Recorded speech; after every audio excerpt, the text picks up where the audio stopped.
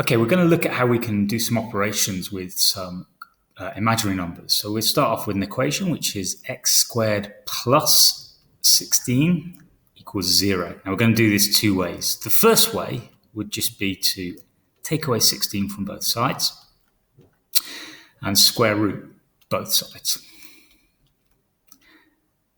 Now, of course, before we were introduced to the number I, the square root of negative 16, you probably would have had a stumbling block. You would have said, we can't solve that. But now we know that this number here, the square root of negative 1, that's our number I. So we can split the square root of 16 up into the square root of 16 and negative 1, square root of negative 1. So this gives me, the square root of 16 gives me two answers, which is plus and negative 4.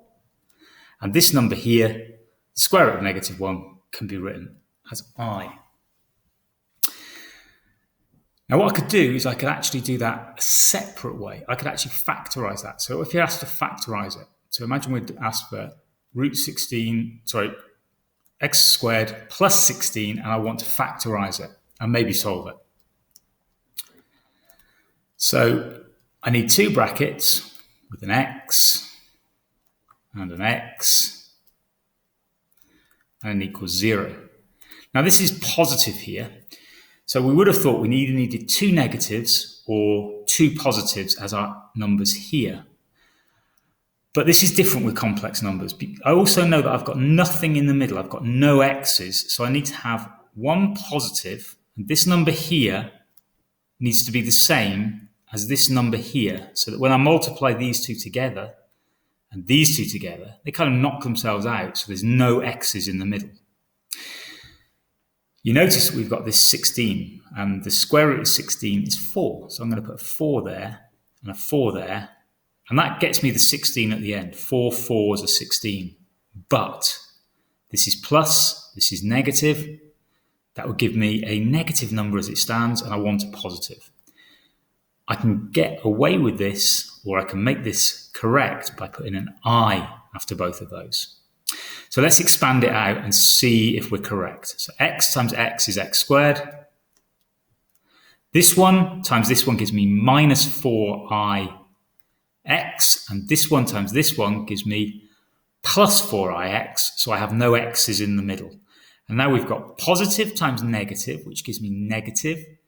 4 4s are 16, and I times I is I squared. We're almost there. We've got positive 16 and we've got no I. We have to recognize that I squared, if I is the square root of negative 1, then I squared is negative 1. So this can be replaced with negative 1, and I end up with x squared plus 16 equals 0. And of course, from here, if I factorize it correctly, I can get the same answers that I've got here. Let's do one more, slightly trickier example. And let's do the number, let's try this equation. X squared plus 72 equals 0. And I want to factorize it and then solve it. So we've got x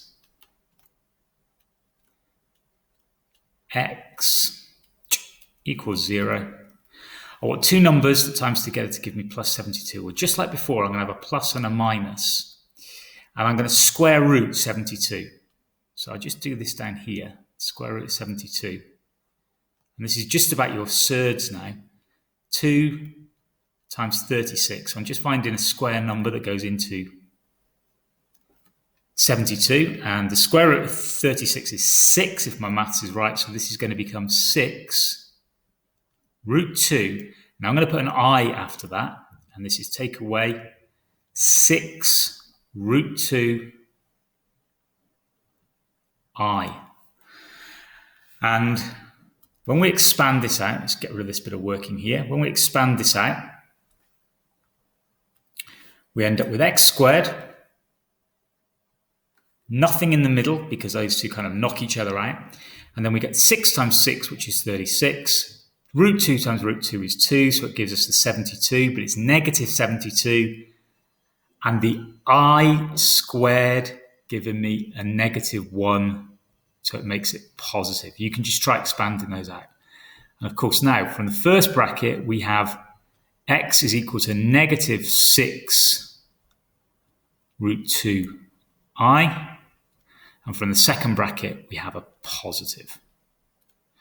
So we can see how all of this is coming together, the quadratics, the imaginary numbers, and even some of the work we did with surds.